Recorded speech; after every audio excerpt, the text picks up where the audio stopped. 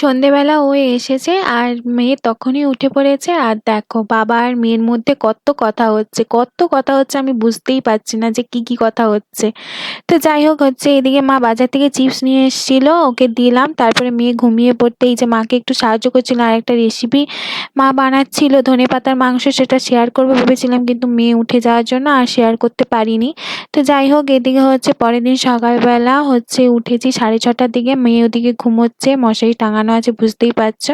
ওদিকে হচ্ছে বাসনগুলোকে তুলে দিয়ে মাকে একটু সাহায্য করে দিলাম, ঘরটাকে ঝাঁট দিয়ে দিলাম বাসি ঘরটাকে। তারপর খাওয়া দাওয়া করে নিয়ে এই যে মেয়েকে একটু ঘোরাচ্ছিলাম কোলে করে, ঘুম পাড়াচ্ছিলাম। আর ও হচ্ছে ডাইপার নিয়ে এলো, ডাইপারটা শেষ হয়ে গেছিল। আর এদিকে হচ্ছে মা রান্না করছে বড়ার ঝোল, চাটনি, আর আমি অনেক দিন পর মাথা ভিজিয়েছি। আর এদিকে মার রান্না প্রায় শেষ, তারপর খাওয়া দাওয়া করে এই যে মেডিসিন এখন খাচ্ছি।